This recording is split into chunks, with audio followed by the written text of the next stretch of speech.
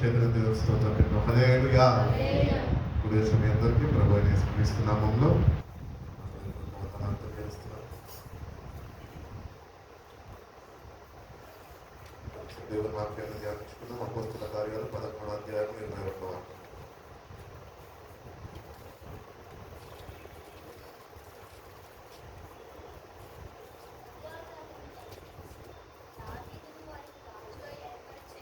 తర్వాత అతన్ని తొలగించి దావీదును వారికి రాజుగా ఏర్పరచెను. మరియు ఆయన నేను యెషయా కుమారుడైన దావీదును కనుగొంటిని. అతడు నా ఇష్టానుసారమైన మనుషుడు. అతడు నా ఉద్దేశంలోని నెరవేర్చునని చెప్పి అతని గురించి సాక్ష్యం ఇచ్చాను. హల్లెలూయా. కాబట్టి ఇక్కడ చూసినట్లయితే దేవుడు చక్కటి సాక్ష్యం దావీదు గురించి ఇస్తున్నాడు. కాబట్టి మన జీవితాల్లో దేవుని నమ్ముకున్న మనము ఈ భూమి మీద జీవించినంత కాలము ఒక చక్కటి సాక్ష్యం కలిగి జీవించాలి. అదే రీతిగానే దేవుని వద్ద నుంచి ఒక సాక్ష్యాన్ని మనము పొందుకునే వారమై ఉండాలి.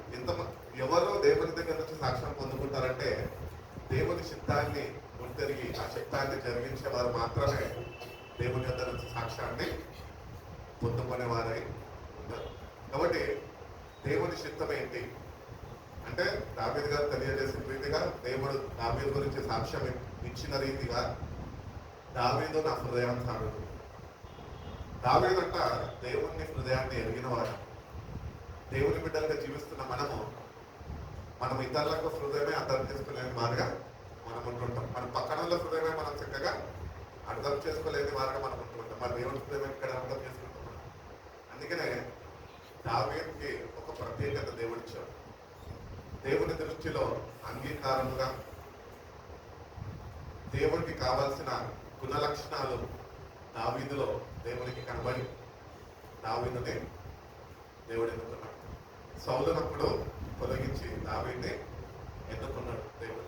కాబట్టి దేవుని ఏర్పాటులో ఉండాలి అంటే కనుక మనము మన హృదయ ఆశయమై ఉండాలంటే దేవుని చిత్తం ఏంటో మనం తెలుసుకొని దేవుని చిత్తాన్ని మనము నెరవేర్చే వారమై లేకపోతే జరిగించే వారమై ఉండాలి అని దేవుడు ఎంతగానో ఆశిస్తున్నాడు.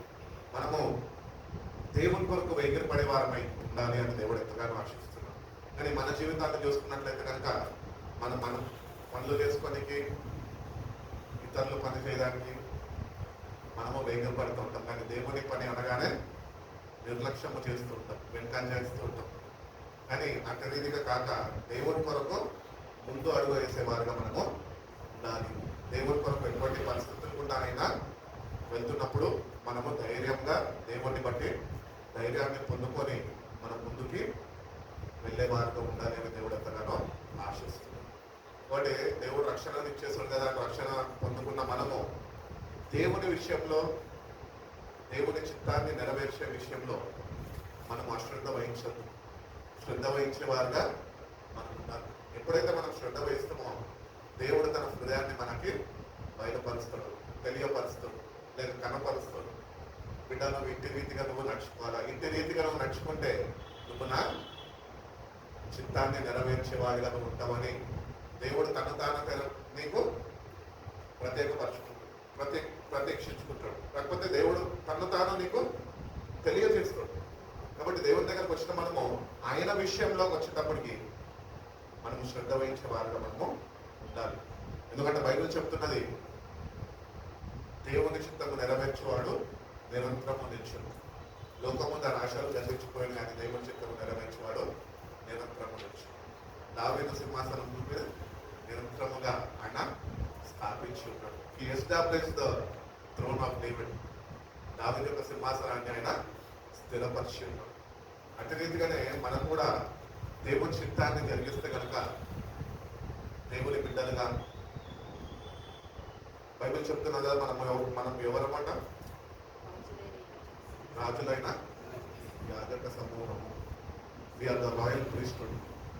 మన ప్రశాంత్ ఫోన్లో కానీ ఫోటో కానీ జాష్వాన్న ఫోన్లో వాళ్ళ ఫేస్బుక్ పేజెస్ కానీ లేకపోతే యూట్యూబ్ పేజెస్ కానీ చూస్తే వాళ్ళు ఏమని పెట్టుకోమంటారంటే we're the royal priesthood, we're the chosen generation, we're the people of God అనే వర్డ్స్ అన్ని వాళ్ళ ఫేస్బుక్ మీద, ఆ సోషల్ ప్లాట్ఫామ్ మీద కనిపిస్తుంది.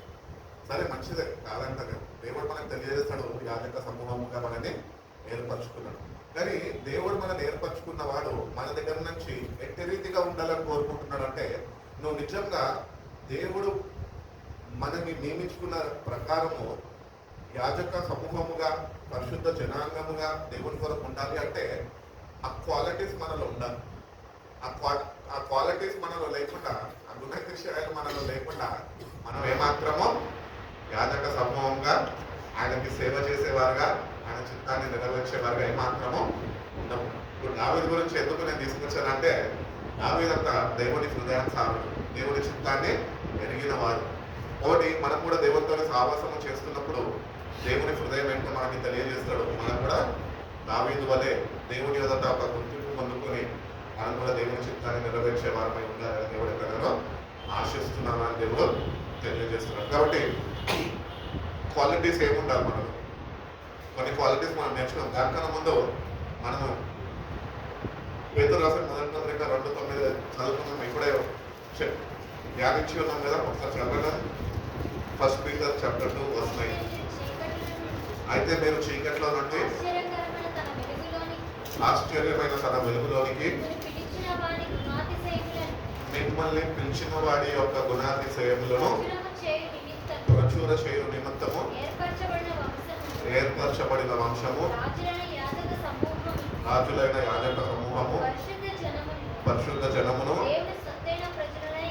దేవుని సొత్తైన ప్రజలుగా ఉన్నారు. కాబట్టి దేవుని సొత్తైన ప్రజలు ఎట్లుండాలంటే దావీదు వలె ఉండాలి. హల్లెలూయా. అందుకనే దావీదు చక్కటి సాక్ష్యం దేవుని నుంచి పొందుకున్నాడు, దావీదు నా హృదయానుసారుడు అని.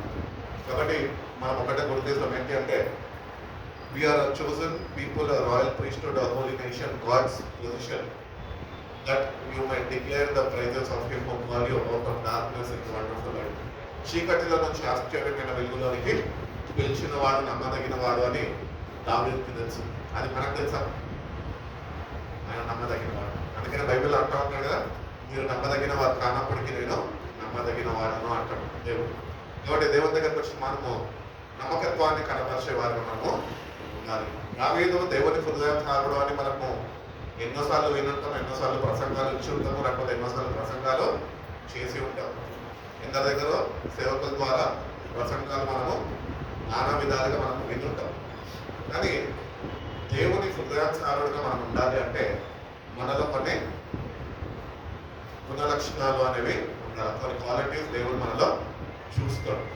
ఇప్పుడు నువ్వు ఆఫీస్కి వెళ్తే నీకు క్వాలిటీస్ ఉంటాయో లేవా, నువ్వు కేపబుల్లా కాదా అని వాళ్ళు ఎట్టి రీతిగా అయితే నేను ఇంటర్వ్యూలో వాళ్ళు పరీక్షిస్తుంటారో, ప్రశ్నలు అడుగుతుంటారో, అట్టి రీతిగానే దేవుడు కూడా తన బిడ్డలుగా మనం ఉంటున్నాం కనుక మనలో కొన్ని క్వాలిటీస్ ఎదుగుతూ ఉంటాం. ఆ క్వాలిటీస్ మనలో ఉన్నప్పుడు మనం నిజంగా దేవుని ప్రజలమై యాజక సమూహంగా, దేవుని సొత్తుగా మనము జీవించడానికి అర్హులమా కాదా అని దేవుడు మనని క్వాలిఫై చేస్తూ ఉంటాడు అన్నమాట. కాబట్టి దేవుడు మనకు పెంచుకున్నాడు. ఆయన ఇప్పుడు మనం ఏం చేయాలా? ఆయన క్వాలిఫై చేయాలి. ఆ క్వాలిఫై చేయాలంటే మనలో ఆ క్వాలిటీస్ ఉండాలి. ఆ క్వాలిటీస్ మనలో లేకపోతే కనుక అయ్యో అన్ఫిట్ అని చెప్పి బయటకి తోసేస్తాడు. అందుకని దావీదుకు ముందు ఎవరున్నారంటే సౌలుని కూర్చోబెట్టుకున్నాడు. కానీ సౌలు రాను వేగిపోయి దేవునికి విరుద్ధంగా జీవించడం ప్రారంభించినప్పుడు ఇంకా వీడు ఇక్కడ సరిపోడు, మీకు అక్కర్లేదు, కానీ నేను మరొకరిని నేను కనుగొంటాను, నా హృదయాన్ని ఎరిగిన వాడు అని చెప్పి దావీదును తీసుకొచ్చి సింహాసనం మీద కూర్చోబెట్టుకుంటాడు. అట్టి రీతిగానే మన జీవితాల్లో కూడా అందరితోని రక్షణ పొందేస్తున్నాము. రక్షింపబడ్డ వారందరితో మనం కూడా కొన్ని వేల కోట్ల మందితో మనం కూడా ఉంటున్నాం. అందరు రక్షణ పొందిన వారు. కానీ ఈ రక్షణ పొందిన వారు అందరిలో దేవుడు కొన్ని క్వాలిటీస్ చూస్తున్నాడు. ఆ క్వాలిటీస్ నీలో దేవుడు చూడాలని ఆశపడుతున్నాడు. సౌలుని దేవుడు నియమించుకున్నప్పుడు సౌలు నడిపిస్తాడు అని దేవుడు ఎంతగా ఆశించాడు. కానీ సౌలు రాను ప్రారంభం అయితే గర్వంగా ప్రారంభించాడు, కానీ అంతమేమో ముగింపు చాలా ధైర్యంగా ఆయన ముగించడం జరిగింది. కాబట్టి దేవుడు దావీదును తీసుకొచ్చాడు. అట్టి రీతిగానే రక్షింపబడ్డ ఈ అందరినీ దేవుడు చూసినప్పుడు వీళ్ళని దేవుడు క్వాలిఫై చేయాలి అంటే వాళ్ళలో క్వాలిటీస్ని వెతుకుతున్నాడు. ఆ క్వాలిటీస్ మనలో ఉన్నాయి అని మనం ఈరోజు కొద్దిసేపు వాక్యాన్ని ధ్యానిస్తాం. ఈరోజు కేవలం దావీదు రాసిన మాటలు మాత్రమే ధ్యానిస్తాము. కీర్తనల గ్రంథంలోనే ఉన్నాము. ఎక్కడికి వెళ్ళద్దు మనము. ఇది ఒట్టిగా చూపించాను. ఎందుకంటే యాజక సమూహముగా, దేవుని ప్రజలుగా, ఆయన సొత్తుగా చీకట్లో ఉన్న మనని ఆశ్చర్యమైన వెలుగులోనికి తీసుకొచ్చిన దేవుడు మనం ఎట్టి రీతిగా ఉండాలి అని కోరుకుంటున్నాడంటే, మొట్టమొదటి మనం చూసుకున్నట్టయితే కనుక తగ్గింపు మనలో ఉండాలండి. కీర్తనల గ్రంథం చూడండి ఒకసారి. కీర్తనల గ్రంథము 65వ అధ్యాయము 9వ వాక్యం. అల్పులైన వారు ఒట్టి ఊపిరై ఉన్నారు, గనులైన వారు మాయా స్వరూపులు, త్రాసులో వాళ్ళందరూ తేలిపోదు, ఒట్టి ఊపిరి కన్నా అలకరగా ఉన్నారు. చాలండి. ఇక్కడ దావీదు తెలియజేస్తున్నాడు, low men are but a breath, the highborn are but a life. If weighted on a balance, they are nothing. Together they are only a breath. కేవలం మనిషి ఎటువంటి వారు అంటే బైబిల్ చెప్తున్నది, ఊపిరి వంటి వారు, నీటి మీద బుడగ వంటి వారు. ఇంతలోనే కనబడి అంతలోనే మాయమైపోయే ఈ మనుషులని దేవుడు ఎంపిక చేసుకొని ఎన్నుకొని ఆయన ప్రజలుగా ఉండాలని ఎంతగానో ఆశించున్నాడు. అందుకని నీ కొరకు నా కొరకు ఆయన పరమును విడిచిపెట్టి భూమిపైకి దిగి వచ్చి కల్వరి శిలువలో తన ప్రాణాన్ని అర్పించి ఆయన రక్తాన్ని చిందించి నిన్ను తన సొత్తుగా చేసుకున్నాడు. ఒకటి మనం ఒకటే గుర్తించాలి, ఏంటి అంటే మనకేదో హై క్వాలిఫికేషన్ లేకపోతే హై ఎడ్యుకేషన్ ఉంది, నేను కాబట్టి ఈ స్థాయిలో ఉన్నాను అని ఎప్పుడు మనము తలంచద్దు. మనం ఎప్పుడు తగ్గింపు హృదయంతో మనము ఉండాలి.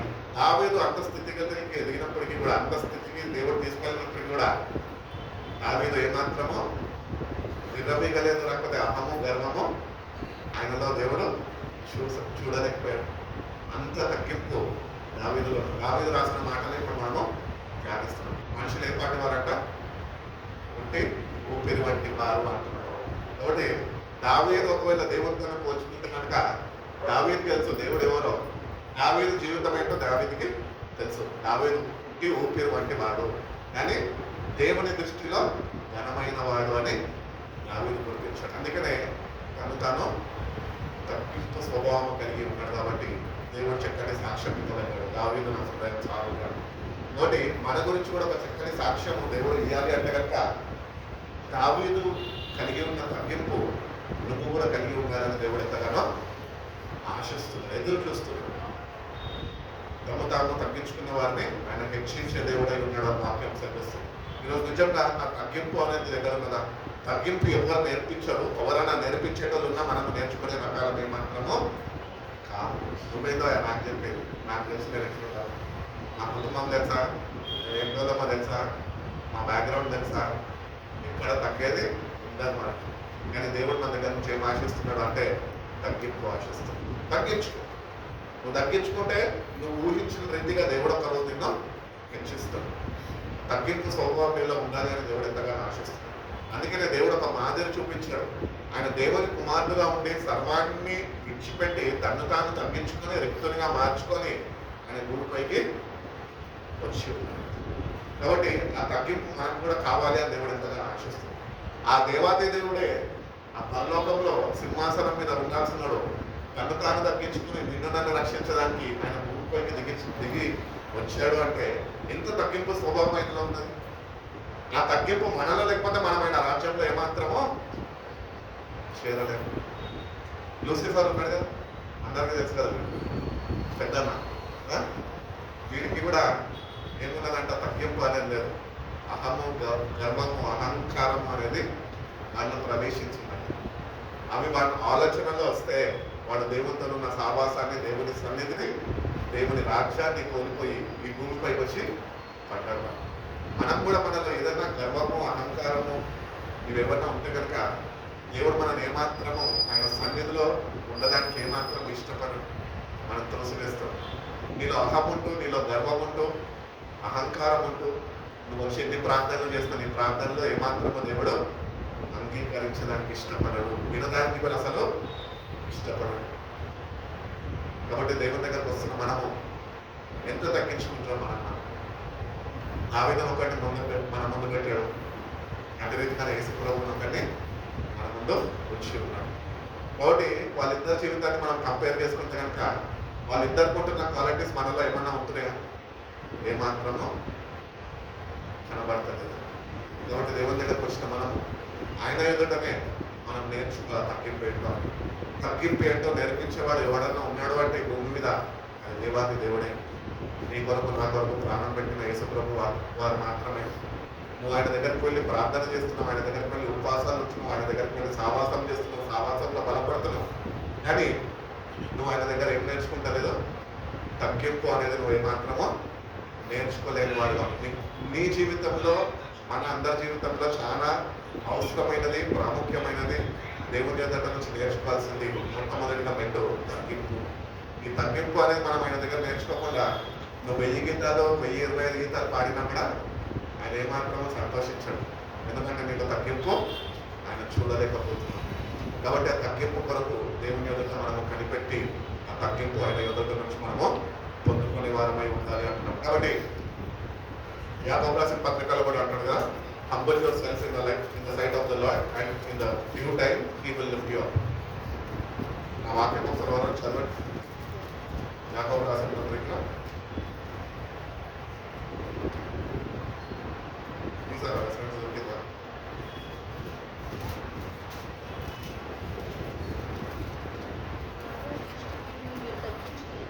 ఆ ప్రభు దృష్టికి మిమ్మల్ని మీరు తగ్గించుకోండి, అప్పుడు ఆయన మిమ్మల్ని హెచ్చించు. ఒకటి ప్రభు యొక్క దృష్టికి మనలో తగ్గింపు కోరుకుంటున్నాడు. ఆయన మనం చూస్తుండగా మనలో ఏం కోరుకుంటున్నాడైనా నీకు ఎంత క్వాలిఫికేషన్ ఉందని ఆయన కోరుకుంటలే, నీకు ఎంత ఆస్తులు ఎంత ఉన్నాయని ఆయన చూస్తలే, నువ్వు ఎంత అందంగా ఉన్నావు, తెల్లగున్నావా నల్లగున్నావా అని ఆయన చూస్తలే, నువ్వు ఏ కుటుంబం నుంచి చెందినవాడు, ఏ గోత్రం నుంచి వచ్చినవాడు అని ఆయన చూస్తలేదు. కానీ ఆయన నీలో తగ్గింపు కోరుకుంటాడు.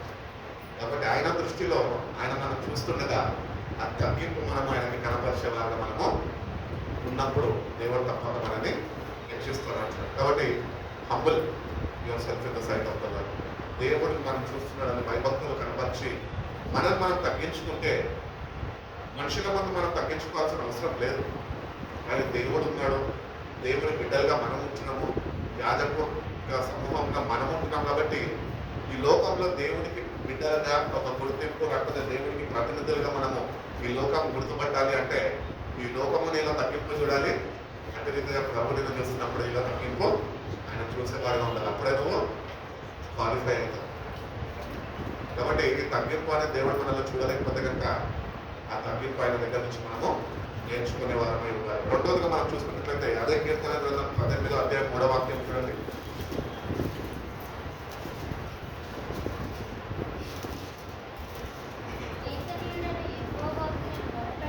కీర్తన అంటున్నాడు, యెహోవాకు నేను మొరపెట్టగా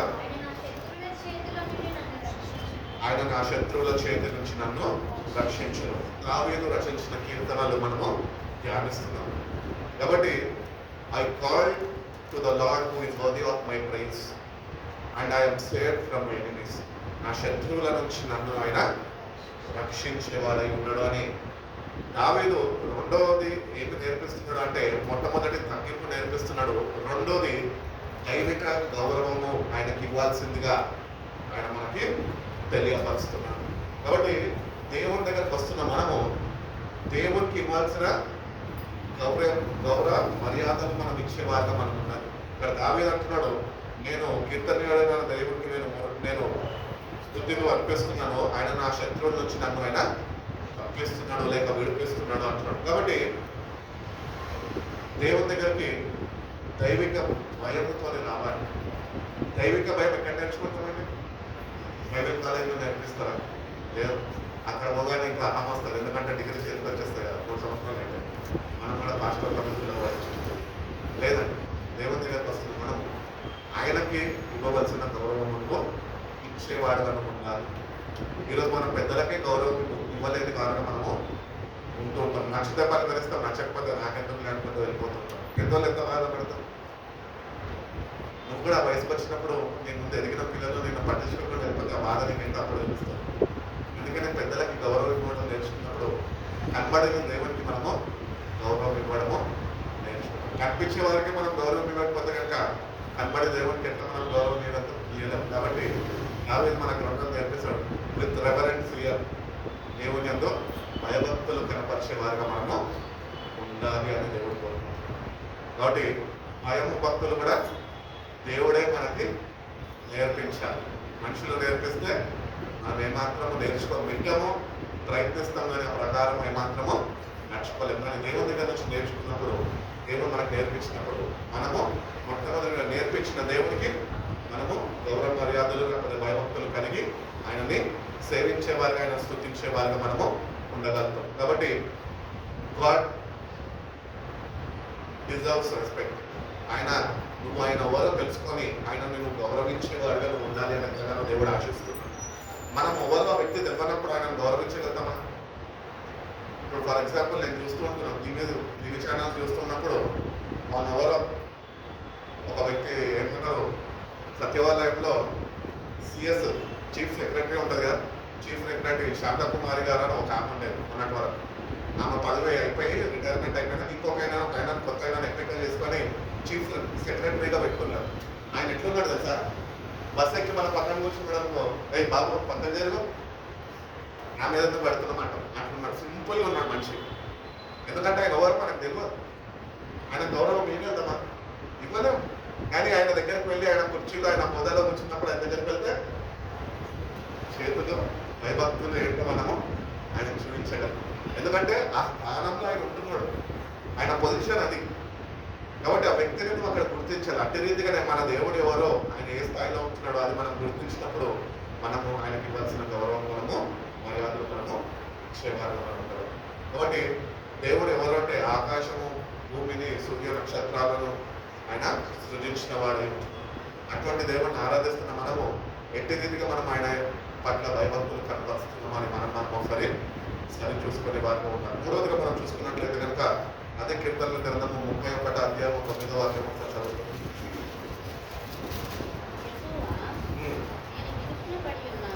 యెహోవా నేను ఇరుకున పడి ఉన్నాను, నన్ను కరుణింపుము, విచారం వలన నా కళ్ళు క్షీణించుచున్నది, నా ప్రాణము నా దేహము క్షీణించుచున్నది. కాబట్టి ఇక్కడ దావీదు తెలియజేస్తున్నాడు, God deserves respect from out side. మన పక్షాల నుంచి దేవుడు గౌరవము, ఆయనకి గౌరవించేవారుగా మనం ఉండాలి అని దేవుడు ఎంతగానో ఆశిస్తున్నాడు. కాబట్టి ఇక్కడ దావీదు తెలియజేస్తున్నాడు, be merciful to me O Lord, for I am in distress, my eyes grow weak with sorrow, my soul and my body with grief. కాబట్టి దేవుని దగ్గరకు వచ్చిన మనము ఆయనకి రెస్పెక్ట్ ఇస్తే ఆయన మనని రెస్పెక్ట్ చేస్తాడు. అందుకని బస్సులు ఎక్కినప్పుడు, మేము చిన్నప్పుడు బస్సులు ఎక్కినప్పుడు బస్సు మీద ఏమంటే తెలుసా, గివ్ రెస్పెక్ట్, టేక్ రెస్పెక్ట్. మనము దేవుడికి మర్యాద గౌరవాలు చేయలేకపోతే ఆయన కూడా మనం మర్యాద గౌరవాలు ఆయన ఏమాత్రమో ఆయన చేసేవాడిగా ఉంటాడు. కాబట్టి దేవుడికి ఇవ్వాల్సిన మర్యాద గౌరవాలు మనం ఇవ్వగలిగితే కనుక ఆయన మనది కూడా ఆయన తప్పక ఒక రోజు అందరి ముందు తలగానే ఉంచుతాను అని చెప్పిన దేవుడు నమ్మదగిన వారు. అందుకని అంటున్నాడు కదా, నేను మిమ్మల్ని తలగానే ఉంచుతాను కానీ తొక్కగా ఎప్పటికీ ఉంచాను. దావీదు ఎక్కడో ఉండాల్సిన దావీదు దాన్ని తీసుకుని వచ్చి సింహాసనం మీద కూర్చోబెట్టాడు. అంటే దావీదుని మర్చిపోయాడు, అక్కడెక్కడ నుండి గొర్రెలు కాల్చుకుంటున్నప్పుడు లేదు. దావీదు దేవుడిని మర్చిపోలేదు, దేవుడు దావీదుని ఏమాత్రం మర్చిపోలేదు. ఎందుకంటే దావీదు ఆ గొర్రెల్ని కాల్చుకుంటున్నప్పుడు కూడా కేవలం దేవుని వైపు చూస్తూ, దేవుడిని స్తుతిస్తూ, దేవుడిని ఆనుకొని జీవిస్తూ, ఆయనకి సంగీతాలు పాడుతూ, దేవుడిలో హర్షిస్తూ ముందుకి నడుచుకున్నాడు. కాబట్టి మన జీవితంలో కూడా మనము ఈ లోకంలో ఒక గుర్తింపు, ఒక చక్కటి పేరు పొందుకొని అందరి చేత గౌరవనీయులు లేకపోతే మర్యాదస్తులు అని ఒక పేరు పొందుకోవాలంటే మొట్టమొదట మనము పిలిచిన దేవుడికి మనము గౌరవించే వారుగా మనము ఉండాలి అని దేవుడు ఎంతగానో ఆశిస్తున్నాడు. అదేవిధంగా మనం చూసుకుంటే కీర్తన 27:1 అంటాడుగా, యెహోవా నాకు వెలుగును, నాకు రక్షణ ఉన్నాడు, నేను ఎవరికి భయపడతాను, యెహోవా నా ప్రాణదుర్గము, ఎవరికి వెలుగును, నా శరీర మాంసం అందుతుంటే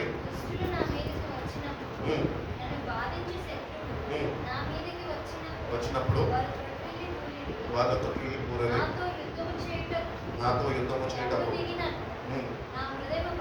నా హృదయం భయపడదు. రేగినను దీనిలో ఉన్న ధైర్యము నేను విడవకుంటున్నాను. కాబట్టి ఇక్కడ తెలియజేస్తున్నాడు, దేవుని అందు సంపూర్ణ విశ్వాసము కలిగి జీవించే వారిగా మనం ఉండాలి. ఆయన దేవుణ్ణి ఎట్టి రీతిగా నమ్ముచున్నాడో, ఎట్టి రీతిగా దేవుని అందు ట్రస్ట్ కలిగి ఉన్నాడో ఆయన మనకి తెలియజేస్తున్నాడు. యెహోవా నాకు వెలుగై ఉన్నాడు, ఆయన నాకు రక్షణ అయి ఉన్నాడు, నేను ఎవరికి భయపడను. నాకు lord is my strong hold of my life, whom shall I be afraid? నేను ఎవరికి భయపడను, ఎందుకంటే నా దేవుడు నాకు ఉండగా నేను ఎవరికి భయపడాల్సిన అవసరము నాకు లేదు. అందుకే నేను దావీదు చరిత్ర మనం ఇంకా చూసుకున్నట్లయితే అడవిలో సింహాన్ని చీల్చివేశాడు. ఎవరికి భయపడాల్సిన అవసరము లేదు, ఎందుకంటే దావీదుకి తెలుసు నా దేవుడు నాతోనే ఉన్నాడు. మనం కూడా దేవుడిని నమ్ముకున్న మనం ఈ లోకంలో దేనికి భయపడాల్సిన అవసరము లేదు, ఎందుకంటే మన దేవుడు నమ్మదగిన వాడు. ఆనాడు దావీదుతో ఉన్నవాడు నేడు ఈరోజు నీతోనే నాతోనే ఆయన ముందువాడు. కాబట్టి ఆయన మనతో అంటే మనం దేనికి భయపడాల్సిన అవసరము లేదు, ఎందుకంటే ఆయన మనకి వెలుగై ఉన్నాడు, ఆయన మన రక్షణ అయి ఉన్నాడు. రక్షణగా మనకు ఒకరన్నా ఉంటే మనం భయపడతాం. ఒక మినిస్టర్గా చూసుకోండి, ఆయనకి గన్ అందిస్తారు, ఒక 6 మంది పోలీసు వాళ్ళు చుట్టుకుంటారు, దానికి ఏమైనా భయం ఉంటుందా? ఆయనకి ఏమన్నా కావాలంటే ఫస్ట్ ఈ 6 మంది ఎగిరిపోవాలి, తర్వాత ఆయనకి ఏమన్నా అవ్వాలి. ఏ భయం ఉండదు. అట్టి రీతిగానే దేవుడు మనకు కాపుదలగా ఉండగా మనం ఎవరికి భయపడాల్సిన అవసరం లేదు. మనుషులను పెట్టుకొని వాళ్ళంతా ధైర్యంగా తిరుగుతున్నట్టే మనం సజీవమైన దేవుడిని కలిగి మనం జీవిస్తున్నాం. మనం ఇంకా ధైర్యంగా ఎంత ఉండాలంటే మన దేవుడు తలచుకుంటే ఒక్కసారి సైన్యంని దింపుతాడంట, 1,70,000 మందిని దింపుతాడంట. అంత పెద్ద సైన్యము దేవుడు మనకి తోడుగా ఉంటున్నాడు. కానీ అటు సావాసము, అటు విశ్వాసము మనం కలిగి ఉన్నప్పుడు ఆ ధైర్యము అనేది దేవుడు మనలో నూతనంగా పుట్టిస్తుంది. కాబట్టి ఆ ధైర్యము దేవుని దగ్గర నుంచి పొందుకోవాలి. ఓరో మనం ధైర్యపరచాలి.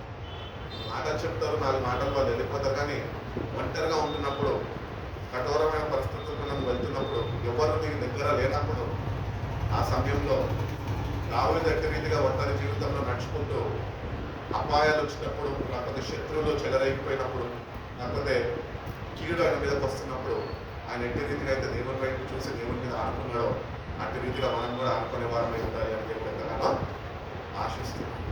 కాబట్టి ఒంటరిగా ఉన్నప్పుడే మన భక్తి అంటే మనకు తెలుస్తుంది, మన దేవుడి ఎవరో మనం గుర్తించగలం. అందరితో కలిసి దేవుడిని స్థుతిస్తే, అందరితో సమాజంలో కలిసేసి స్థుతించేసి వెళ్ళిపోతాం. కానీ వ్యక్తిగతంగా నువ్వు దేవునితో ఉన్నప్పుడు ఆయన ఎవరో తెలుసుకోగలుగుతావు. ఆ ధైర్యం కూడా మన ఇద్దరు నుంచినో దావీదు ఎందుకు అంత ధైర్యం ఉన్నాడంటే, దావీదు ఒంటరి జీవితం అంతా ఆయన గడిపిన ఒంటరి యవన ప్రయాణంతా కూడా దేవునితోనే ఆయన గడిపినాడు. అందుకని అంత ధైర్యముగా ఆయన ముందుకి నడిపింపబడినాడు. కాబట్టి మన జీవితాల్లో కూడా మనం ఏకాంతంగా ఉంటున్నప్పుడు మన దేవుడు ఎవరో తెలుసుకొని ఆయన దగ్గరికి వచ్చిన మనము ఆయన సంపూర్ణ విశ్వాసము మనం కనపరిస్తే కనుక, ఆ విశ్వాసం నీలో ఉంటే కనుక, దేవుడు ఆ విశ్వాసాన్ని గుర్తించగలిగితే కనుక ఆ ధైర్యం నువ్వు కలిగి జీవించేవాడు వైపు. ప్రభు అంటూ ఉంటాడు స్వార్థాలు ఏమంటాడంటే, నేను మళ్ళా తిరిగి వచ్చినప్పుడు ఈ లోకంలో నేను విశ్వాసాన్ని కనుగొంటానా అంటే, విశ్వాసం లేని వారు మనం అందరము ఉంటున్నాం. పేరుకైతే విశ్వాసం, కానీ నిజమైన విశ్వాసము దేవుడు మనలో చూడలేకపోతుంది. కానీ దేవుని నమ్ముకొని వాక్యము చేత పోషింపబడుతూ, ఆత్మ చేత బలపరచబడుతూ, సావాసంలో బలపరచబడుతూ మనము ధైర్యముగా ఉండాలి. దేవా అటు విశ్వాసము నాకు అనుగ్రహించుకోవాలి. విశ్వాసాన్ని మనము కాపాడుకోవాలి. అంచెలంచెలుగా విశ్వాసంలో ఎదుగుతుంటాం. వినడం వల్ల విశ్వాసం వస్తుంది. ఇప్పుడు వరకు ఎంతో ఇది ఉన్నాం, కానీ విశ్వాసము ఏమాత్రం ఇంక్రీజ్ కాలేదు. ఎక్కడ ఉన్నది అక్కడే, లేకపోతే ఇంకా డిక్రీజ్ అయి ఉంటుంది. పరిస్థితుల ప్రభావంతో ఇంకా విశ్వాసంలో సనగిలిపోతూ ఉంటాం. కానీ విశ్వాసాలను స్థిరపరచబడాలి. నీ నా విశ్వాసం ఈరోజు స్థిరపరచబడాలి. దేవుడు అడగాల, ప్రభు నా విశ్వాసాన్ని ఎందుకు స్థిరపరచు. ఎందుకంటే మనంతటా మనము విశ్వాసాన్ని స్థిరపరచుకోలేము, కానీ విశ్వాసాన్ని కొనసాగించే క్రీస్తు అయిన కనుక, యేసు అయిన కనుక ఆయనదే మన విశ్వాసాన్ని స్థిరపరుస్తారు. కాబట్టి అటువంటి నమ్మిక దేవుని యందు మనం కలిగి ఉండాలి. అట్టి రీతిగా మనము దేవుణ్ణి ప్రేమించే వారిగా మనము ఉండాలి. కీర్తనలు 18 ఒకటి అంటాడు కదా, కీర్తనకారుడు దావీదు ఏమంటాడు చూడండి. యెహోవా నా బలమా, నేను నిన్ను ప్రేమించుచున్నాను. చాలండి. కాబట్టి చక్కటి మాట తెలియజేస్తున్నాడు. ఏంటంటే యెహోవా నా బలమా, నేను నిన్ను ఐ లవ్ యూ లార్డ్ అని చెప్తాను. మనం చెప్తాం మాకు నచ్చిన వాళ్ళకి, మనం ప్రేమించిన వాళ్ళకి పోయి ఐ లవ్ యూ అని చెప్తాం. కానీ నిజంగా దేవుడు నీకు బలాన్ని శక్తిని రోజు అనుగ్రహిస్తుండగా, ఉదయకాలం లేచి నువ్వు ప్రగతి నీ పనులు చేసుకుంటుండగా నువ్వు ఉదయకాలం దేవునికి చెప్పగలుగుతున్నా, దేవా నువ్వు నా బలం, నేను నిన్ను ప్రేమిస్తున్నాను చెప్పగలుగుతున్నా. బలాన్ని అనుగ్రహిస్తున్నాడు, ఆరోగ్యాన్ని అనుగ్రహిస్తున్నాడు, శక్తిని అనుగ్రహిస్తున్నాడు. మనమేమో ఏమాత్రమో ఆయనని ప్రేమించలేని వారితో మనము ముందుకు వెళ్ళిపోతాం అని దావీదు అంటున్నాడు. యెహోవా నా బలం, నేను నిన్ను ప్రేమిస్తున్నాను. ఒకటి దావీదులో లవింగ్ నేషన్ అని ఉన్నాడు. దేవుని ప్రేమించాడు తెలుసా దావీదు. ఆయనకున్న వాటిని ప్రేమించాడు, కానీ ఆయన కలిగి ఉన్న దేవుడిని ఎక్కువగా ప్రేమించిన వాడే ఉంటున్నాడు. ఈరోజు మనము ఇన్ని ఉన్నప్పటికీ కూడా దేన్ని మనం ప్రేమించలేని వారిగా ఉంటున్నాం. అంటే ప్రేమ యొక్క విలువ తెలియని వారిగా మనం ఉంటున్నాం. కానీ దేవుడు నిన్ను నన్ను ప్రేమించి కలవలసిన తన ప్రాణాన్ని ఆయన దారిపోసాడు. ఆయన ప్రేమ ఏంటో ఆయన వ్యక్తపరుచాడు. కాబట్టి ఆయన ప్రేమని రుచి చూసిన మనము, రక్షణ పొందుకున్న మనం ఇంకెంతగా దేవుణ్ణి ప్రేమించేవారమై ఉండాలి. నన్ను ప్రేమించేవాడు నా ఆజ్ఞలని గాయకుంటాడు అని చెప్తున్నాడు దేవుడు. కాబట్టి దేవుణ్ణి ప్రేమించే వారమై ఉండాలి అంటే ఆజ్ఞలని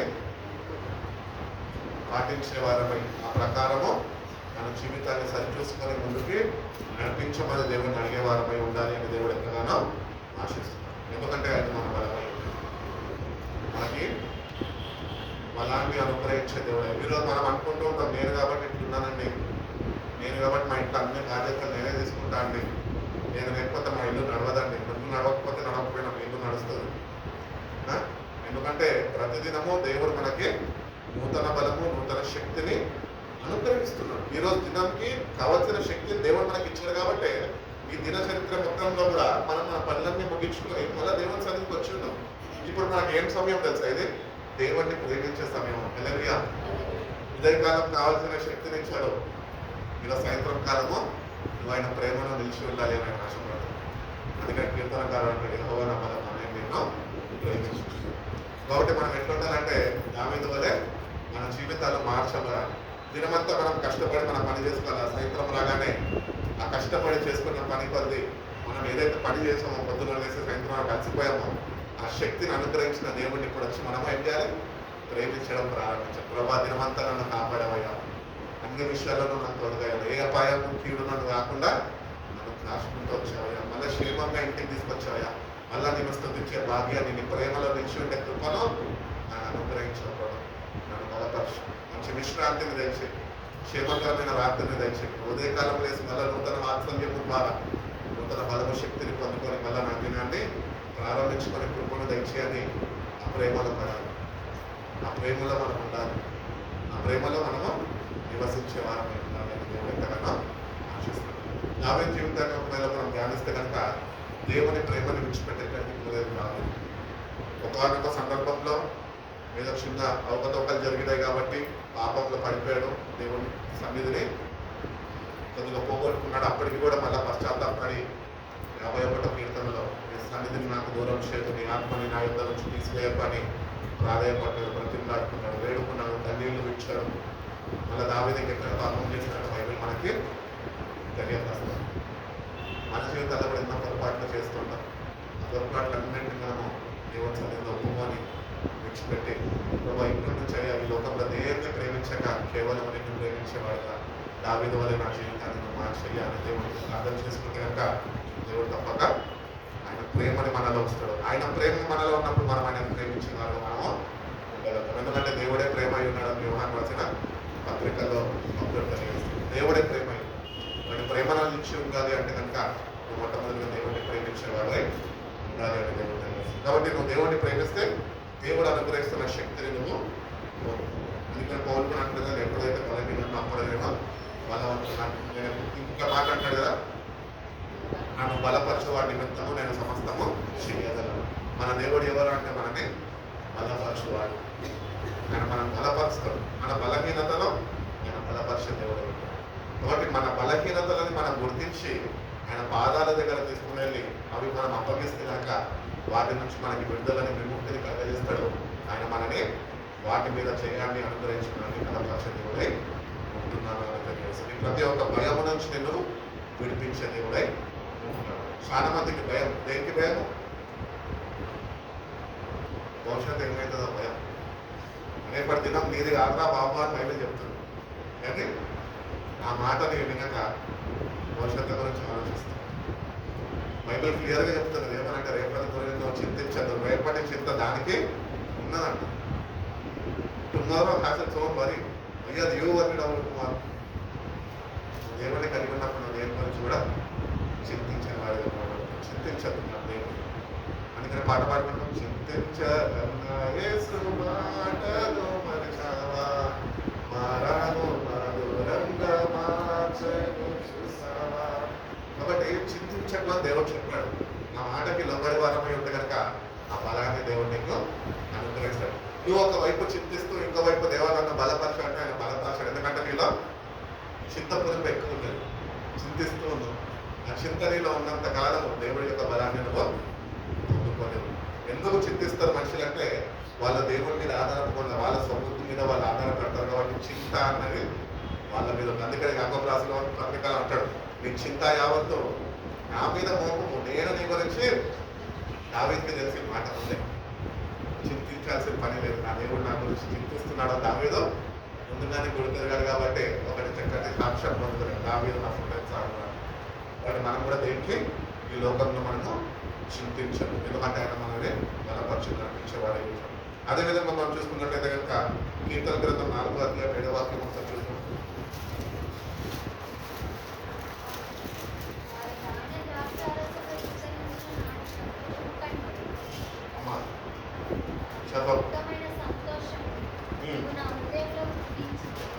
నీవు నా హృదయంలో పుట్టించితివి. 4:7 కదా. You have filled my heart with greater joy than where there is grain and new wine above. కాబట్టి ఈ ధాన్యం ఒకవేళ మనకి మంచి పంట పండిందనుకో ఎంత ధైర్యం ఉంటుంది మనకి. అమ్మ నాకు ఇంత మంచి పంట వచ్చింది, 40 సంచులు కాదు 60 సంచులు వచ్చినాయి ఈ పంటకి అని చెప్పి ఒక తృప్తి కలిగి మనము చేసిన కష్టానికన్నా ఎక్కువ మనము పంట కోసినప్పుడు ఏ తృప్తి అయితే కలుగుతుందో అంటే దీనికనే దావీదు తన అనుభవాల నుంచి తెలియజేస్తున్నాడు. ఈ ఎదుట నాకు అటువంటి తృప్తి ఉంటుంది. అంటే అంతగా దావీదు తన జీవితాన్ని దేవునికి అంతగా సమర్పించుకున్నాడు. He was a devoted child of God. దేవునికి తను తాను సమర్పించుకున్నవాడు. అందుకనే ఇవన్నిటికన్నా ఎక్కువ సంతోషం ఉంది ఎవరితో నాకు ఉన్నది. ఇప్పుడు మనకు చాలా ఉందనుకోండి, అది మీకు సంతోషాన్ని ఇస్తుంది. సంతోషాన్ని అదే నువ్వు దేవుడిని కలిగి ఉంటే ఇంత కలిగి ఉన్న ఇదంతా దేవుడి ముందు ఏమాత్రమో మీకు తగినది కాదు. ఎందుకంటే మన దేవుడు సర్వము అనుగ్రహించేవాడు, సమస్తాన్ని ఆయన జరిగించేవాడు. కాబట్టి దేవుడిని కలిగి ఉన్నప్పుడు మనము తృప్తి కలిగి జీవిస్తాం. లేమి అంటూ ఏది మనకి ఉండదు. ఎందుకంటే దేవుడు సమస్తాన్ని మనకు అనుగ్రహించి మనకి పోషించినట్టు. అందుకని అంటారు కదా, ఆకాశాల పక్షులను చూడండి వాటికి విలువవు, మీరు వాటికన్నా శ్రేష్ఠులు కారా. మనం ఎందుకు శ్రేష్ఠులు అంటే ఆయన ప్రాణాన్ని రక్తాన్ని చిందించి మనని ఆయన బిడ్డలుగా సొంతగా మార్చుకున్నాం. కాబట్టి మనం దేని గురించి చింతించాల్సిన మనం ఒకటి మనము నిజంగా ఆనాటి భక్తుల వలె దేవునికి సమర్పించుకొని ఆ సమర్పణ జీవితం నీకు ఉంటుందా? నేను దేవుని కొరకు జీవించాలి, నేను దేవుని కొరకు బ్రతకాలి, నేను దేవుని కొరకు వాడబడాలి, నేను దేవుని కొరకు అనేకుల్ని నడిపించాలి, దేవుని రాజ్యాన్ని కట్టేవాడిగా నేను ఉండాలి అని అటువంటి పూర్తి నువ్వు కలిగి ఉంటున్నావు. అటువంటి సమర్పణ నీకు ఉంటుందా? ఆ డివోషన్ అనేది నీకుందా? అందుకని దావీదు ఆయన జీవితం నుంచి తెలియజేస్తాడు, I'm devoted to my God service. నా దేవుని యొక్క పనికి నన్ను నేను సమర్పించుకొని ఉన్నాను. అందుకని ఎక్కడో ఉన్న దావీదుని ఇక్కడ తీసుకొచ్చి కూర్చోబెట్టాను. తన ప్రజల మీద రాజుగా నియమించుకొని, దావీదు ఇంతకాలం నేను నిన్ను పరీక్షించనయ్యా, నువ్వు ఇప్పుడు నమ్మదగిన వారిని, నువ్వు అర్హుల్ని, నువ్వు అక్కడ ఉండాల్సింది కాదు, నేను ఇక్కడ తీసుకుని వస్తానని చెప్పి ఒక ఉన్నత స్థానంలో కూర్చోబెట్టి దేవుని ప్రజలందరి మీద రాజుగా నియమించుతారు. కాబట్టి అటువంటి సమర్పణ మనకుంటే దేవుడు మనల్ని కూడా త్వరలో ఉన్నత స్థానంలో మనం నిలబెడతామని దేవుడు తెలియజేస్తున్నాడు. అటు రీతిగా మనం చూసినట్లయితే కీర్తన గ్రంథం 9వ అధ్యాయం 1వ వాక్యం అంటారు, నా పూర్ణ హృదయముతో నేను యెహోవాను స్తుతించెదను, యెహోవా ఈ అద్భుత కార్యములన్నిటినీ నేను వివరించెదను. ఇక్కడ మనం ఏం గుర్తించాలంటే రికగ్నిషన్ ఆఫ్ డేవిడ్, గుర్తింపు. దావీదు దేవునిలో ఒక గుర్తింపు పొందుకున్నాడు. అందుకనే దేవుడు అంటున్నాడు, దావీదు నా హృదయం సాగడానికి. ఆ గుర్తింపు మనకున్నదా? మనకి ఈరోజు ఇక్కడ గుర్తింపులు ఉన్నాయి. ఏం గుర్తింపులు ఉన్నాయి? ఓటర్ కార్డు, ఆధార్ కార్డు, కాకపోతే passport, identification cards, ID cards ఉంటాయి. కానీ ఇక్కడ దావీదు జీవితంలో మనం చూసుకున్నట్లయితే కనుక ఆ రికగ్నిషన్ అనేది దావీదుకు ఉన్నది. ఈరోజు దేవుని బిడ్డలుగా రక్షణ పొందుకున్న మనం నిజంగా ఆయనలో గుర్తింపున్నదా? నీకు తెలుసా నీకు ఆయనలో గుర్తింపున్నదా? ఎవరికి ఎవరిపోతే తెలుసుకోవాలి. ఈ లోకంలో గుర్తింపు కాదు కావాల్సింది, ఆయనలో గుర్తింపు కలిగిన వారమై మన జీవితాన్ని మనము సరి చూసుకోవాలి అని దేవుడు తెలుసు. అందుకని అంటున్నాడు, I will praise you O Lord with all my heart, I will tell of your wonders. నువ్వు చేసిన గొప్ప కార్యాలన్నీ నేను వివరిస్తాను, తెలియపరుస్తాను అంటున్నాను. కాబట్టి మనం ఈరోజు దేవుని నమ్ముకున్నాము, దేవుణ్ణి కలిగి జీవిస్తున్నాము, దేవుణ్ణి వెంబడిస్తున్నాము. మరి ఆయన మన జీవితాల్లో ఆయన ఎన్నో కార్యాలు జరిగించుకుంటూ వస్తుండగా నువ్వు అవన్నీ పొందుకుంటున్నావు, అనుభవిస్తున్నావు. కానీ నువ్వు ఎవరికి చెప్పలేని వాడికి ఎందుకుంటున్నావు? దావీదు అంటున్నాడు, నేను అందరికీ వివరిస్తాను, తెలియపరుస్తాను నా దేవుడు ఎవరో అంటున్నాడు. కానీ మనం కూడా అటువంటి ఆసక్తి కలిగి దేవుని ఎదురు నుంచి పొందుకోవాలి, ఇతరులకి చెప్పాలి. చాలా మంది సాక్ష్యాలు ఇస్తుంటారు, చక్కటి సాక్ష్యాలు ఉంటుంటాయి. ఆ సాక్ష్యాలు ఎట్లుండాలి అంటే మన సాక్ష్యాలు ఇతరులని ప్రభావితం చేసేదిగా ఉండాలి. ఎప్పుడైతే నీ సాక్ష్యము దేవుని దగ్గర నుంచి నీకు అనుగ్రహింపబడుతుందో ఆ సాక్ష్యము అనేకుల్ని ప్రభావితం చేస్తుంది. దావీదు యొక్క చక్కటి సాక్ష్యం అదే, నేను వివరిస్తాను ఆయన చేసిన గొప్ప కార్యాలు నా జీవితంలో నేను వివరిస్తాను. వినేవారంటే చెప్తాడు ఆయన. మనం అన్ని కోరుకుంటున్నాం కానీ ఎవరికి నోరిపి చెప్పలేని వాళ్ళం.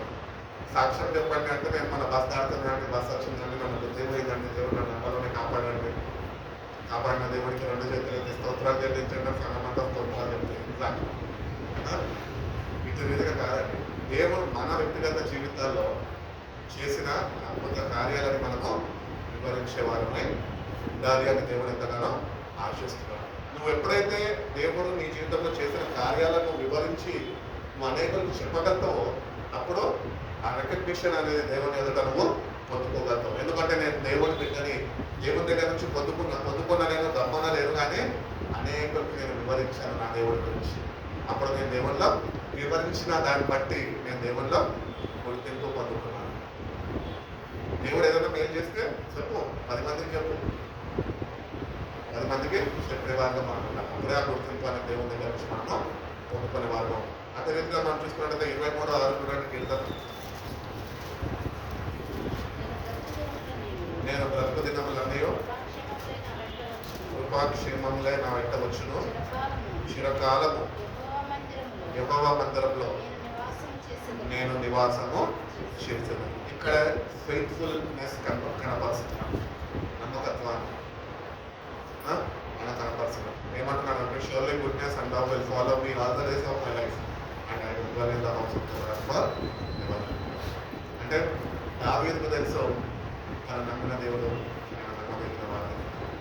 చిరకాలము నేను యెహోవా మందిరంలో నివాసము చేసేదను అంటే ఇట్ ఈస్ అది నెరవేర్చబడ్డదంటే దానికి ఇంకా ఏ దొక్క లేదు. కాబట్టి అదే రీతిగా మనం కూడా నమ్మకముగా ఆయనని సేవించే వారం అయితే కనుక మనం కూడా చిరకాలము ఆయన మందిరంలో మనము నివాసము చేసేవారు మనం కదా. కాబట్టి దేవుడు చెప్పిన రీతిగా ఆ వాక్యాన్ని మన హృదయానికి తీసుకొని దేవుడు అన్నాడు కదా, మీరు నమ్మదగిన వారు కానప్పటికీ నేను నమ్మదగిన దేవుడు. కాబట్టి మనం నమ్మదగిన వారు కాదు అని దేవుడు ముందుగానే మనకు తెలియపరచం. కానీ మనం ఏం చేస్తున్నాము, నమ్మదగిన వారము అని మనం ఒప్పుకోము. నమ్మకత్వాన్ని కనపరచడానికి తప్పుకుంటూ ఉంటాం. ఎందుకు నేను వస్తున్నా కదా, నమ్మకంగా ఉంటున్నా కదా, నమ్మకంగా చేస్తున్నా కదా అంటాం. మనం ఏమి చేయమండి, కేవలం ఒట్టిగా పై చేసుకుంటూ వెళ్ళిపోతాం. గట్టి రీతిగా కాక దావీదులాగా నిత్యముగా నమ్మకత్వాన్ని కనపరిచేవారు. దేవుడు నేను నమ్మాలి, ఆ నమ్మకం కుదరాలి. అట్టి రీతిగానే దేవుడు తన చిత్తాన్ని నీకు తెలియపరచాలి. ఆయన నేను నమ్మినప్పుడు ఆయన చిత్తాన్ని నీకు తెలియపరచాలి.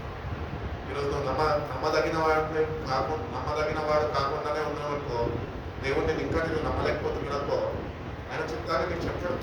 ఎందుకంటే నువ్వు నమ్మకత్వాన్ని కనపరచలేకపోతున్నావు. నువ్వు ఎప్పుడైతే ఏ దినమైతే దేవుని దగ్గరకు వచ్చి నువ్వు ఆయనకి నేను నమ్మదగిన వాడి ప్రభా, నువ్వు చెప్పిన ప్రతి ఒక్కటి నేను చేస్తా ప్రభా అని నువ్వు ఎప్పుడైతే దేవుడికి నిన్ను సమర్పించుకోగలవు, అప్పుడు దేవుడు నీకు అనేక విషయాలు తెలియపరుస్తాడు. కాబట్టి we have to be faithful. Is a faithful God. మనం కూడా ఫెయిత్ఫుల్గా ఉండాలని దేవుడు ఎంతగానో ఆశిస్తున్నాం. ఒకటి నమ్మకత్వాన్ని నువ్వు దేవుడితోనే ఎట్టి రీతిగా నువ్వు కొనసాగిస్తున్నావు, ఒకసారి సరి చూసుకునే వారితో మనం ఉండాలి అని దేవుడు ఎంతగానో ఆశిస్తున్నాం. అదేవిధంగా మనం చూసుకుంటే అదే కీర్తన గ్రంథం 119 అధ్యాయం 34 వారు,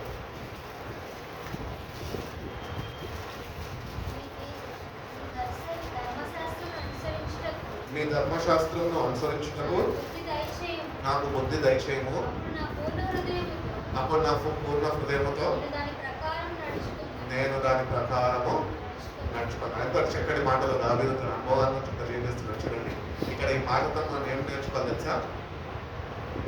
ఒబీడియన్స్ టు గాడ్ నేర్చుకోవాలి. Are we obedient? మీ టీచర్ ఉంటే క్లాస్లో టీచర్కి నువ్వు ఒబీడియంట్ స్టూడెంట్గా ఉండగలుగుతావు. ఈరోజు దేవుని బిడ్డగా దేవునికి ఒబీడియంట్గా ఉండగలుగుతున్నావు. ఒబీడియంట్గా ఉండాలి అంటే దావీదు వలె ఈ ప్రార్థనలు చేయాలి. ఏమని ప్రార్థన చేయాలి? Give me understanding and I will keep your law and obey it with all my heart. నా పూర్ణ హృదయంతో నేను వాటిని పాటిస్తాను ప్రభావ, దాని ప్రకారం నడుచుకుంటాను ప్రభావ అని దేవుణ్ణి వేడుకుంటున్నాం. నేర్పించమాట మనం దేవుణ్ణి అడిగి నేర్చుకోవాలి. మనకి ఏదైనా విషయం తెలియనప్పుడు స్టూడెంట్ ఏం చేస్తున్నాడంటే టీచర్ దగ్గరికి వెళ్ళి, టీచర్ మీరు చెప్తున్నప్పుడు నాకు అర్థం కాలేదు ఇది, కాబట్టి అందరి ముందు అడిగితే అందరూ ఇష్టమవుతారు, కాబట్టి క్లాస్ అయిపోయినాక నేను నా దగ్గరకు వచ్చాను, మరి ఒకసారి ఇక్కడ నాకు అర్థం కాలేదు చెప్పండి అంటే టీచర్ ఏమంటుంది? ఎందుకు వినలేదు ఫోన్ తోసేస్తుందా? కూర్చోబెట్టుకొని స్టాఫ్ రూమ్కి ఎరాని లేకపోతే అక్కడ బెంచ్ ఉంటే బెంచ్ దగ్గర కూర్చోబెట్టుకొని ఇక్కడ అర్థం కాలేదు చెప్పని చెప్పి చక్కగా వివరించి, ఇది కాదు ఇట్లా, ఇది కాదు ఇట్లా, ఇక్కడ పొరపాటు అర్థం చేసుకున్నాం, ఇక్కడ సరైన రీతిగా అర్థం చేసుకుని మనకి వివరించి చెప్తారు. అట్ల రీతిగానే దేవుని దగ్గరికి వెళ్ళి మనం దేవుడిని అడిగితే కనుక ఆయన మనకు మొత్తము ఆయన తెలియజేస్తాం. మనకు ఆయన తెలియజేసినప్పుడు ఆ ప్రకారం నడుచుకోవడానికి మనకి సులభంగా ఉంటుంది. ఈరోజు దేవుని వాక్య ప్రకారం ఎందుకు మనం నడుచుకోవడానికి కష్టకరంగా ఉంటున్నదంటే ఆయన ఎందుకంటే మనం నేర్చుకోలేం, కానీ మన సొంత జ్ఞానంతో మనము దాన్ని అనుసరించడానికి ప్రయత్నిస్తాం. మనంతటా మనం ఏమి చేయలేం. కానీ దేవుడే మనకి ఆయన ఏమంటారు అండర్స్టాండింగ్ ఇస్తే, దేవుడే జ్ఞానం మనకు అనుగ్రహిస్తే మనం దాని ప్రకారం నడుచుకునే వాళ్ళకి మనము. కానీ దేవుడి వాక్యము ఏదో నేర్చుకొని నాకు వచ్చేసింది అనుకుంటే సరిపోదు. దేవుడు మనకు జ్ఞానము అనుగ్రహించాలి. అండర్స్టాండింగ్ పవర్ అనేది దేవుడు విచక్షణ జ్ఞానం అనేది దేవుడు మనకు ఇచ్చినప్పుడే మనం ఆ ప్రకారము నడుచుకునే వాళ్ళం. దేవుని సహాయం లేకుండా మనం దేవుని చిత్తాన్ని నెరవేర్చలేము. దేవుని సహాయం మీద ఆధారపడినప్పుడే దేవుడి చిత్తం ఏంటో మనం గుర్తిరగలుగుతాము, ఆ జ్ఞానాన్ని పొందుకోగలుగుతాము, అట్టి రీతిగా మనము నడిపింపబడగలుగుతాం. మనంతటా మనం నడుచుకుంటే కనుక అది దేవుని దృష్టికి ఏమాత్రమో అంగీకారం కాదు. అందుకనే దేవుడు అంటాడు కదా, మీ స్వబుద్ధి మీద మీరు ఆధారం పడచ్చు. అంటే దేవుడు ఇస్తున్న జ్ఞానాన్ని పొందుకొని ఆ ప్రకారం మనం నడుచుకునే వారిగా మనం ఉండాలి. కాబట్టి ఒబీడియన్స్ అనేది ఉండాలి. దేవుని వాక్యం వింటున్నప్పుడు వాక్యం వింటాము, వాక్యము చదువుతాము, వాక్యము ధ్యానిస్తాము, వాక్యము ఇతరులకి చెప్పేవారుగా ఉంటాం. కానీ ఎంతవరకు దాని ప్రకారము మనము నడుచుకునే వారుగా ఉంటున్నాము, చదువుకున్న వాక్య ప్రకారం నడుచుకుంటున్నావా లేదా అన్నది చాలా ప్రాముఖ్యమైనది. నన్ను ఒకరు అడిగారు, నువ్వు ఏం చేస్తున్నావు? నేను వాళ్ళకి ఒకటే చెప్పాను, I practice what I preach. నేను ఏదైతే బోధిస్తానో అదే నేను ఆ ప్రకారం నడుచుకోవడానికి నేను ప్రయత్నిస్తున్నాను అని చెప్తున్నాను. కాబట్టి మనం ఎంత బోధించామో ఎంత చెప్పామో అని కాదు, ఆ ప్రకారం మనము నడుచుకోగలుగుతున్నామా లేదా అన్నది చాలా ప్రాముఖ్యం. కాబట్టి మనంతటా మనం నడుచుకోలేము, కానీ దేవుడు అడిగినప్పుడు దేవుడు మనల్ని మనం నడిపిస్తారు అని తెలియజేస్తారు. ఆఖరిగా మనం చూసుకున్నట్లయితే కీర్తనల గ్రంథము 25వ అధ్యాయము 11వ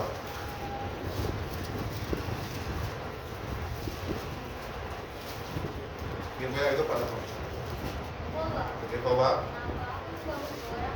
నా పాపము బహు ఘోరమైనది, నీ నామమును బట్టి దాన్ని క్షమింపు. ఈ వాక్యం ద్వారా దావీదు జీవితం నుంచి దేవుడు ఏం నేర్పించాలని ఆశపడుతున్నాడు అంటే, పశ్చాత్తాప హృదయం నీకు ఉండాలి. పశ్చాత్తాప హృదయం మనకి కావాలి. ఎక్కడి నుంచి తెచ్చుకుందాం పోయి? దీంట్లో దొరుకుతుందా, విజయితలో దొరుకుతుందా, డిమాండ్లో దొరుకుతుందా? ఎక్కడ దొరుకుతుంది? ఆయన మనకు అనుగ్రహిస్తేనే అది మనకి అనుగ్రహింపబడ్డాడు. పశ్చాత్తాప హృదయము దేవుడు మనకు అనుగ్రహించాలని ఆశపడుతుంది. కాబట్టి దావీదు చెప్తున్నాడు కదా, ఏమంటున్నాడంటే నీ నామంని బట్టి నా పాపంలో బహు ఘోరమైనవి, నీ నామంని బట్టి దాన్ని క్షమించు. కాబట్టి ఇక్కడ పశ్చాత్తాపడుతున్నాడు. ఆయన మాటల ద్వారా తెలియజేశాడు, for the sake of your name Lord forgive my iniquity through desperate. బహు ఘోరంగా పాపాలు ఉంటున్నాయి, కానీ ఆయన నామాన్ని బట్టి అవి క్షమింపబడతాయి అన్న విశ్వాసము, అతి సావాసము దావీదు కలిగి జీవిస్తున్నాడు. కాబట్టి నిజమైన పశ్చాత్తాపంతో ఆయన ఏదైతే చేయగలం. ఇప్పుడు దేవుని దగ్గరకు వచ్చాము, ప్రేయర్ చేసుకున్నాము, వెళ్ళిపోయినా అన్నది ఇంపార్టెంట్ కాదు. వచ్చిన నువ్వు పశ్చాత్తాప హృదయంతో వస్తున్నావా అన్నది చాలా ప్రాముఖ్యమైనది. ఒకటి విరిగి నలిగిన హృదయమే దేవుడికి ఇష్టమైన బలి అని వాక్యము స్థాపిస్తుంది. దేవుడు బలిలో అర్పణలో కోరుకుంటాం, విరిగి నలిగిన హృదయమే కోరుకుంటాం. వాటి నిజమైన పశ్చాత్తాప హృదయంతో దేవుని దగ్గరకు వచ్చి మన పాపలమే భయంకరమైన పాపాలు చేసి దేవుని అనుగ్రహిస్తున్న మనం పోగొట్టుకున్న వారని, కానీ దేవుడు ఈ రోజుకి మళ్ళా చేర తీసుకొని ఆ పోగొట్టుకున్న మహిమతో మనమని నింపడానికి కప్పడానికి ఆయన ఎంతగానో ఆశిస్తున్నాడు. కాబట్టి మనం దేవుని దగ్గరకు వచ్చి పశ్చాత్తాప హృదయం నాకు అనుగ్రహించుకోవడం. ఎజెకియేలు గ్రంథంలో అక్కడ 36వ అధ్యాయంలో మీలో ఉన్న రాతి హృదయాన్ని నేను తీసివేసి మీకు మాంసం హృదయాన్ని నేను అనుగ్రహిస్తాను, నూతన హృదయము నేను మీకు ఇస్తాను అంటున్నాను. మరి ఇస్తానన్న దేవుడు ఇక మాట్లాడ ఇస్తాడు, కానీ తొందరగానే అవసరము మనము ఈ పాత రోత హృదయాన్ని బాగు చేయమని ఆయనకి అప్పగించి ఆయన అనుగ్రహిస్తున్న నూతన హృదయాన్ని మనము పొందుకోవాలి. నిజమైన మారు మనసు, నిజమైన పశ్చాత్తాపంతో దేవుని దగ్గరకు వచ్చి కన్నీళ్ళు విచ్చి ఆయన వైపు చూసి ప్రార్థన చేస్తే కనుక ఆనాడు దావీదును ఆదుకున్న దేవుడు, దావీదుని ఆయన దృష్టిలో నిలుపుకున్న దేవుడు, దావీదును ఆ హృదయాచారుడు అని గుర్తింపు పొందుకున్న దావీదులాగా మన జీవితాలు కూడా దేవుడు మారుస్తాడు. దేవుడు అటువంటి కృప మనందరినీ అనుగ్రహించి మనం బలపరిచి ప్రార్థన కలవసుకుందాం. ప్రార్థన చేసుకో, చిన్న ప్రార్థన. పరిశుద్ధుల ప్రేమ కలిగిన గొప్ప తండ్రినైనా మమ్మల్ని ఎంతగానో ప్రేమించి తిరుమంతరైనా మమ్మల్ని కాశీ కాపాడే ప్రభావ సాయంత్రం ప్రార్థన వేల ప్రభావ శనివారం ఆరాధన ప్రభావ ఇట్లా రీతిగా మేము అందరం కూడుకొని ప్రభావ నీ పరిశుద్ధ నామంలో స్తుతించడానికి, కీర్తించడానికి, కొద్దిసేపు ఆరాధించడానికి ప్రభావ నీ పరిశుద్ధ వాక్యాన్ని నైనా మేము ధ్యానించడానికి నువ్వు చేసిన సహాయాన్ని బట్టి నీకు వందనాలు ప్రభావ. అయినా విన్న వాక్యం ప్రకారమైనా మేమునైనా మా జీవితాల్లో మేము ఎట్టి రీతిలో ఉన్నామో అని నైనా మీరు మాకు మాట్లాడి ఉన్నారు. మాతోనైనా కొన్ని వాక్యాలనైనా మేము మాతో పంచుకొనినైనా అవి వివరించి ఉన్నారు ప్రభా. అవును ప్రభా, సౌలునైనా తనకి ఇచ్చిన స్థానాన్నినైనా, తనకు అనుగ్రహింపబడిన స్థానాన్నినైనా ఆయన గర్వించి ప్రభా ఆ స్థానాన్ని నేను పోగొట్టుకున్నాడు ప్రభా. దావీదునైనా ఈ హృదయానుసారుడుగా నువ్వు గుర్తించి ప్రభా ఆ సింహాసనాన్నైనా వీళ్ళకు ఇచ్చిన విధానం బట్టి విడిచిపోతున్నాడు ప్రభా. అటు హృదయమునైనా మాకు కూడా దయచేయండి ప్రభా. అవును ప్రభా, మేము ప్రజలము ప్రభా నీ సొత్తుగా ఉంటున్నాం ప్రభా, నీ ప్రజలుగా ప్రభా యాజకుల సమూహంగా మేము ఉంటున్నాం ప్రభా. ఇటు వారమై ప్రభా మేము కూడా దావీదు వల్లనైనా నీ ఎదుటైనా ఒక గుర్తింపు కలిగి జీవించే కృప తెచ్చింది. తగ్గింపు ఏంటో మీరు మాకు నేర్పించండి ప్రభా. నీ అందరైనా ఇంటి భయభక్తులు కలిగి జీవించాలో మీరు మాకు నేర్పించండి ప్రభా. మీకు చెందవలసిన గౌరవమునైనా దైవిక గౌరవమునైనా ఎట్టి రీతిగా మేము మీకు కనపరచాలనైనా మేము మాకు తెలియపరచండి ప్రభా. నీ అందులైనా ఎన్ని రీతిగానైనా సంపూర్ణమైన నమ్మకంనైనా మేము కలిగి ఉండాలో మీరు నాకు నేర్పించుకుని అడుగుతున్నాం తండ్రి. నేను ఎట్టి రీతిగా మేము ప్రేమించాలో ప్రభా మీరు మాకు నేర్పించాలి ప్రభా. మీరు మాకు నేర్పించకపోతే నక్కరైనా మేము ప్రేమించలేదు ప్రభావ. కాబట్టి మీ ప్రేమతో మమ్మల్ని బలపరచండి. అట్టి రీతిగా ప్రభావ మా జీవితాల్లోనైనా మమ్మల్ని మేముగా మీకు సమర్పించుకొని ప్రభావ నిజమైన సమర్పణ కలిగినైనా మీ కొరకైనా ముందు మీకు సాగి బిడ్డలుగా మీరు మాకు సహాయం చేయమని అడుగుతున్నాం తండ్రి. అంటే రీతిగా ప్రభావ మీలో ఒక గుర్తింపునైనా మేము కలిగి జీవించే కృపను మాకు దయచేయండి ప్రభావ. ఈ లోకంలో గుర్తింపు కోరుకోమనైనా మేము ప్రాకులాడకుండా ప్రభావ మీలోనైనా గుర్తింపు పొందుకొని ప్రభావ శాశ్వత కాలం నిలిచి ఉంటుందని ప్రభావ. అట్టి గుర్తింపులోనైనా మమ్మల్ని అందరికైనా మీరు స్థిరపరచండి ప్రభావ. అట్టి రీతిగా ప్రభావ నమ్మకముగా ప్రభావ నమ్మకత్వాన్నైనా మేము మీ దగ్గర కనపరిచే వారిగా ప్రభావ మేము కూడా నమ్మకంగానైనా మీరు వెలువరించండి కృపను మాకు దయచేయండి. అదే రీతిగా ప్రభావ మీకు మేము లోబడి జీవించే జీవితాలనైనా మాకు అనుగ్రహించండి ప్రభావ. ఆఖరిగా ప్రభావ నిజంగా మారు మనసు పశ్చాత్తాప హృదయమైనా మీరు మాకు అనుగ్రహిస్తాను ప్రభావ. అది నైనా నిజంగా మేము కలిగి ఉండి ప్రభావ అది నీ ఎదుట నుంచి పొందుకొని ప్రభావ నేను చేరుకొని ప్రభావ మా ప్రతి ఒక్కరికి మీరు దయచేయండి. విన్న వాక్యాన్ని నేను బట్టి ఫలింపజేయండి ప్రభావ. వచ్చిన ప్రతి ఒక్క బిడ్డనైనా మీరు దర్శించండి, మీరు బలపరచండి, ఇక మీరు తోడుగా ఉండండి, మీ సహాయం అనుగ్రహించండి ప్రభావ. సంపూర్ణంగా ప్రభావ నీ వైపునైనా విశ్వాసంతో నేను వెంబడించేట్టున్నాను. ప్రతి ఒక్క బిడ్డకు మీరు దయచేయండి ప్రభావ. సంపూర్ణంగా నీ మీద ఆధారపడే జీవితాలు ప్రతి ఒక్క బిడ్డకు మీరు అనుగ్రహించండి ప్రభావ. నిన్ను బట్టి అతిశయిస్తూ, నిన్ను బట్టి నేను ఆనందిస్తూ, నిన్ను బట్టి నేను ధైర్యంగా ముందుకు కొనసాగే జీవితాలు మా ప్రతి ఒక్కరికి మీరు దయచేయండి. నేను వాక్యాన్ని మీరు బట్టి ఫలింపజేయండి. బిడ్డలు తిరిగి వెళ్ళించుకున్న ప్రభావ సంగీతాన్ని బిడ్డలు మీరు తోడుగా ఉంచండి ప్రభావ. రేపటి దినము ప్రభావ నువ్వు యొక్క సంస్కారంలో మేమునైనా పార్టిసిపేట్ చేయబోతున్నాయి ప్రభావ. మమ్మల్ని మేమునైనా పరిశుద్ధపరచుకొని ప్రభావ యోగ్యమైన రీతిగా ప్రభావ ఆ పరిశుద్ధ వల్లలోనైనా మేము వారి వ్యవస్థలైనా మేము చేరుకొని ప్రభావ ప్రతి ఒక్కరికి మీరు దయచేయండి ప్రభావ.